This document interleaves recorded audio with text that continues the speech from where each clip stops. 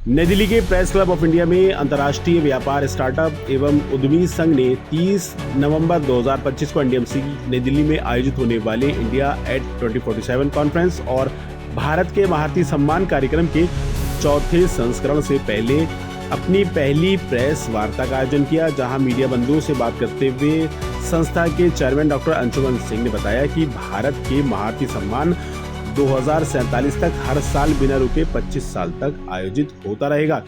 वहीं प्रेस वार्ता से पहले अंशुमन सिंह ने क्लब में मौजूद इबसी के सदस्यों को सम्मानित करते हुए उनका हार्दिक स्वागत किया। इस मौके पर संस्था की कोर टीम से पीवीआर मूर्ति, रूही बनर्जी, एडवोकेट प्रवीण आर्य, राहुल झा, दीपेश धारीवाल, दिनेश खिरोड़िया, जितेंद्र गोवर, अभिषेक कटारिया, स्मृति सिंह, सौरभ कुमार, एसके श्रीवास्तव, ब्रिगेडियर अरुण गुप्ता, आनंद तिवारी, रवि जायसवाल, शहजाद आलम, पूनम कादरा, सुमित्रा सिंह, चिराग अग्रवाल, भानु प्रताप सिंह, कुलजीत सिंह, सचदेवा, कविता सोनी, अनंत हरिदास गोस्वामी, डॉक्टर आलोक कुमार मिश्रा और मेजर डॉक्टर हिमांशु समेत कई गणमान्य मौजूद रहे। भारत सरकार अभी सबको पद्मश्री, पद्म विभूषण और भारत रत्न नहीं दे सकती है। इसका ये मतलब नहीं कि आपके अंदर टैलेंट की कमी है, और ऐसे में एक जिम्मेदार भारतीय नागरिक होने के नाते हमारा दायित्व है कि जहां पर भी टैलेंट छिपा है उस टैलेंट को हम ढूंढें, और ढूंढने के बाद उस टैलेंट को एक मंच दें। तो हमारा संगठन भी भारत के महारथी सम्मान के जरिए हर साल ऐसे 50 लोगों को चयन करता है, और मेरिट के आधार पर बिना किसी रजिस्ट्रेशन फीस के हम उनको हर साल भारत के महारथी सम्मान से नवाजते हैं। खास करके जब देश की राजधानी में आपको भारत के महारथी सम्मान मिलता है तो इससे आपको नया मंच मिलता है, और हमारा प्रयास ये है कि जब आपको भारत के महारथी मिले तो आपको 10, 20, 50 सम्मान इस सम्मान के बाद मिले। यहाँ से आज हमने एक शंखनाद किया है, या मैं बोल सकता हूँ कि शुभारंभ किया है, और हम देश के अलग अलग कोने में जाएंगे, इस कार्यक्रम के बारे में बताएंगे और अच्छे लोगों को इस कार्यक्रम से जोड़ेंगे। कार्यक्रम की डेट है 30 नवंबर, संडे का दिन है, और कार्यक्रम हमारा सुबह से लेकर शाम तक चलेगा, यानी 10 बजे से लेकर रात को 10 बजे तक।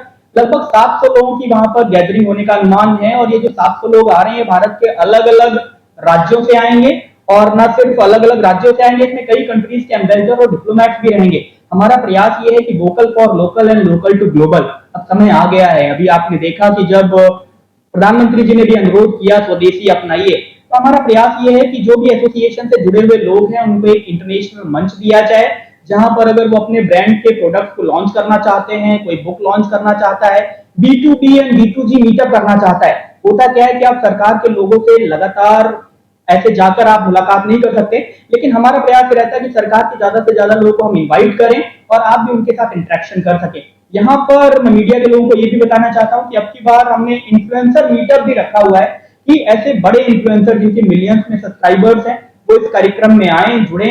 स्विट्जरलैंड की एक बड़ी कंपनी सिटीजन लेन हमारे इस कार्यक्रम को टाइटल स्पॉन्सर कर रही है। हमें कुछ अच्छे स्पॉन्सर्स की भी जरूरत है जिससे इस कार्यक्रम को हम और भव्य बना पाए।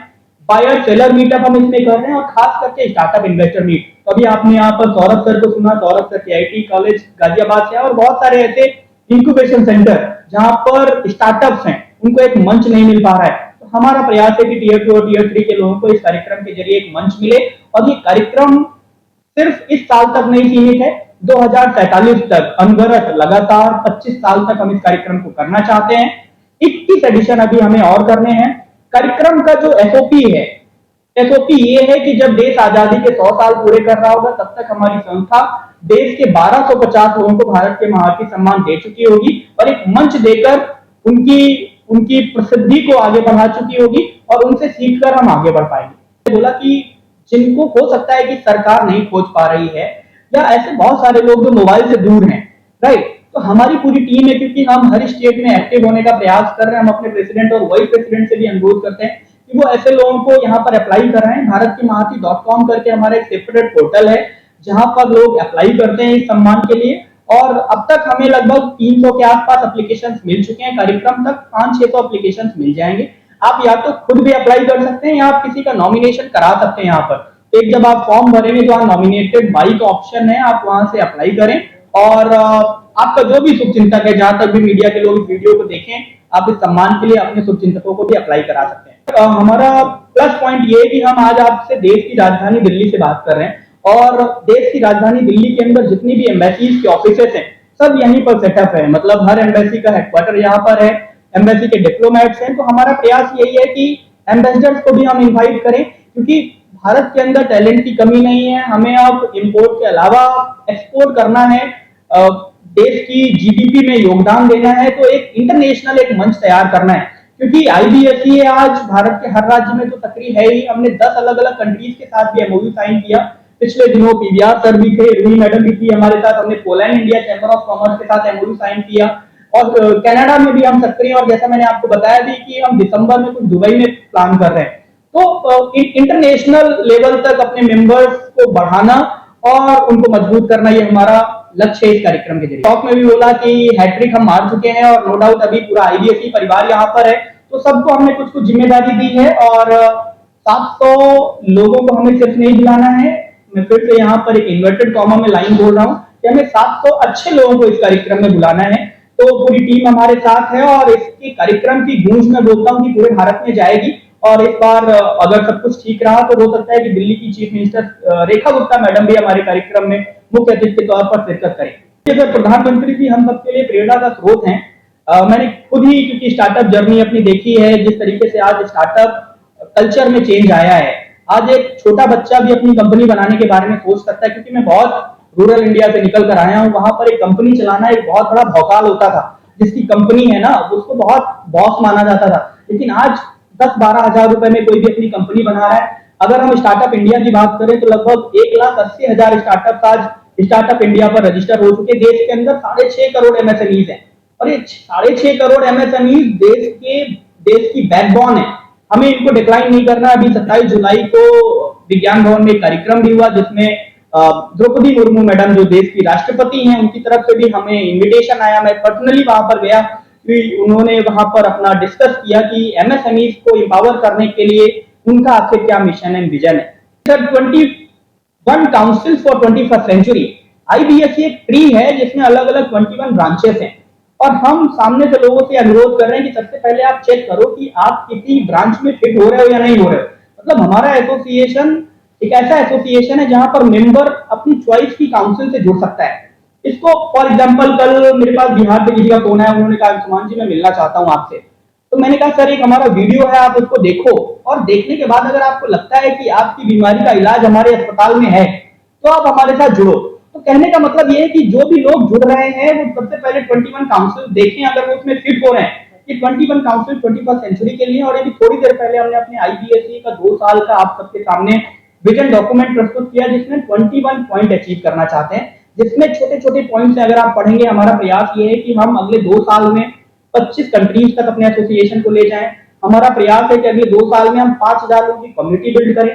हमारा प्रयास है कि अगले 2 साल में हम 10 गांवों को भी अडॉप्ट करें और उनको मॉडल गांव बनाएं, क्योंकि उसमें हमारे साथ आईएएस डॉक्टर हीरालाल जी जुड़े हुए हैं और उसमें हमारे साथ किरोड़ीमल कॉलेज जुड़ा हुआ है।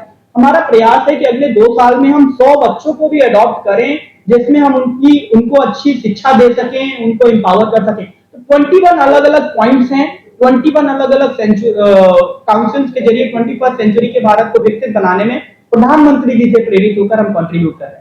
सर चैलेंजेस तो हैं कि जब आप उतरते हैं तो बहुत सारे चैलेंजेस हैं, लेकिन मैंने जैसे पिछली बार भी प्रेस कॉन्फ्रेंस में बोला था कि जूते फटे पहनकर आसमान पे चढ़े थे, सपने हमेशा मेरी मेरी औकात से बड़े थे।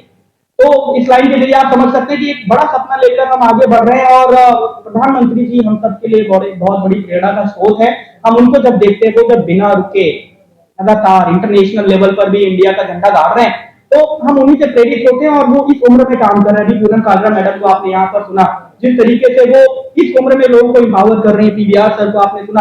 तो हमारे साथ एक अच्छी टीम है और 2 साल हमने लगाए सिर्फ अच्छी टीम बिल्ड करने में। आज लोगों का सहयोग मिल रहा है और यहाँ पर हमारे आईबीएसई कोर टीम के सदस्य भी शामिल हुए। जैसे हमारे अंशुमन जी ने बताया कि 21 काउंसिल्स हैं, तो 21 काउंसिल्स में डिफरेंट इंडस्ट्रीज और सेक्टर्स कवर होते हैं। एग्रीकल्चर सेक्टर है, हेल्थ केयर सेक्टर है, एजुकेशन सेक्टर है, सो ऑन। तो इन सभी सेक्टर्स में जो स्टार्टअप्स और एमएसएमईज हैं, उन एमएसएमई और स्टार्टअप्स को बेसिकली सबसे बड़ा जो इशू सभी सर ने बताया कि फंड नहीं मिलता है। कंसेप्ट होता है, एक आइडिया होता है, उसको कैसे चलाना है, ऑपरेशन का भी थोड़ा बहुत आइडिया होता है, लेकिन फंड नहीं होता है। तो उस फंड का अवेलेबिलिटी, क्योंकि जब हम कम्युनिकेट करते हैं तभी हमारी समस्याओं का समाधान होता है। अगर मैं घर में बैठा हूँ और मेरे बिजनेस में क्या दिक्कत हो रही है, मेरे प्रॉफिट एंड लॉस, मेरे बैलेंस शीट कैसे हैं, मैं किसी को दिखा नहीं रहा हूँ जो सब्जेक्ट मैटर में एक्सपर्ट है, तो प्रॉब्लम सॉल्व नहीं होगी। तो फंडिंग सबसे बड़ा एक इशू स्टार्टअप्स और एमएसएमई के लिए दिखाई देता है, जो कि एक आईडीएससी में एक प्लेटफॉर्म है। यहाँ पर आपके पास मेंटर्स हैं, यहाँ पर आपको सॉल्यूशन प्रोवाइडर्स हैं, इंडिपेंडेंट कंसल्टेंट्स हैं, इंडिपेंडेंट एडवाइजर्स हैं, जो आपको उन समस्याओं का सॉल्यूशन देने के लिए, समाधान देने के लिए यहाँ पर तत्पर रहते हैं। 24/7 यहाँ पर अवेलेबिलिटी होती है प्रोफेशनल्स की। तो मुझे लगता है आप सभी जो अलग अलग सेक्टर के अभी मुझे सुन रहे हैं मीडिया के माध्यम से, वो सभी इस मुहिम का पार्ट बने और कहीं ना कहीं उसकी जो एक्सपर्टीज है, क्योंकि एक काउंसिल जो एक बड़ा मेंटर्स का एक इंस्टीट्यूट मतलब एसोसिएशन आपको दिख रहा है, उनका आप लाभ ले सकते हैं। वो लाभ तभी होगा जब आप इससे जुड़ेंगे, कम्युनिकेट करेंगे, अपने आप को इंट्रोवर्ट बना के रखेंगे, तो ये आपको सॉल्यूशन नहीं मिलेगा। एक्सट्रोवर्ट बनने की आवश्यकता है। मैं डॉक्टर रूही बैनर्जी आज पर्टिकुलरली जो आपके सामने हूँ वो है IPSI की एड पार्टनरशिप अलायंसेस। सो ये मेरा ये पैशनेट जर्नी है IPSI के साथ 25 साल। जैसे आप 21 वर्टिकल्स की बात कर रहे थे, भारत का कल्याण या विकसित भारत तभी हो पाएगा जब एक हीरा को चारों तरफ से चलता है। अगर हम एक डायरेक्शन में काम करेंगे तो आई डोंट थिंक कि हम सेल्फ रिलायंट भारत तक पहुंच पाएंगे। तो जो विजन देखना, ड्रीम देखना एक अलग बात है, बट ग्रास रूट लेवल पे जाके उसको अमल करना, उस पे काम करना, I think each one of us, जैसे आपने इनको सुना था, इज वर्किंग आरएसएस के मोड पे होके कहीं जगह जा रहे, कह रहे थे कि I am going to teacher देख रहा हूँ ग्रास रूट, वैसे ही मैं एजुकेशन के सेक्टर पे मैं वो कहती हूँ कि करियर के साथ जो हम करियर देते हैं, डिग्रीज के साथ डायरेक्शन देना बहुत जरूरी है। और मैं उसी डायरेक्शन पे काम कर रही हूँ कि 2047 तक हम ऐसा एक जनरेशन तैयार करें, क्योंकि 2047 में शायद मैं ना हूँ, तो वो जनरेशन किसका होगा? उनका होगा जिनको आज हम सक्सेसफुल प्रोफेशनल की तरह खड़ा करें, जो कि इंटरनेशनल लेवल पे कॉम्पिटिटिव रहे। मेरा नजरिया ये है कि जिस तरह से अंशुमन और छोटा सा पार्ट लेके चल रहे हैं, वो बहुत बड़ा पार्ट है। कहने को तो छोटा है लेकिन बहुत बड़ा है। विकसित भारत जो है प्रधानमंत्री जी का एक सपना है, और सारी चीजें, सारे इंटरप्रेन्योर और एमएसएमई जुड़े हुए हैं सारे। और सबसे बड़ी चीज है कि इस उम्र में ये नजरिया और ये सोच लेके जो अंशुमन चल रहे हैं, वो वाकई में काबिल तारीफ है। इसमें एमएसएमई का बहुत बड़ा रोल है। सबसे ज्यादा क्या है कि एंटरप्रेन्योर लोग जितने भी हैं वो इसमें जुड़े रहेंगे, और सारे के सारे जितने हम लोग मेंटर्स हैं और हमारी सेवाएं लेते रहें, और सब एक दूसरे जुड़ के साथ में काम करते रहें, ये हमारा लक्ष्य रहेगा। I don't call Anshuman, I call IPSI, because it is a family. It's a very closely knit family, and I observed later there are a lot of emotions attached to this family. Towards Narendra Modi, towards Viksit Bharat, towards India. India, when we talk, it goes emotional very much. हमारा दिल के अंदर से आता है, हमारा हर भावना जो है इंडिया से जुड़ा रहता है।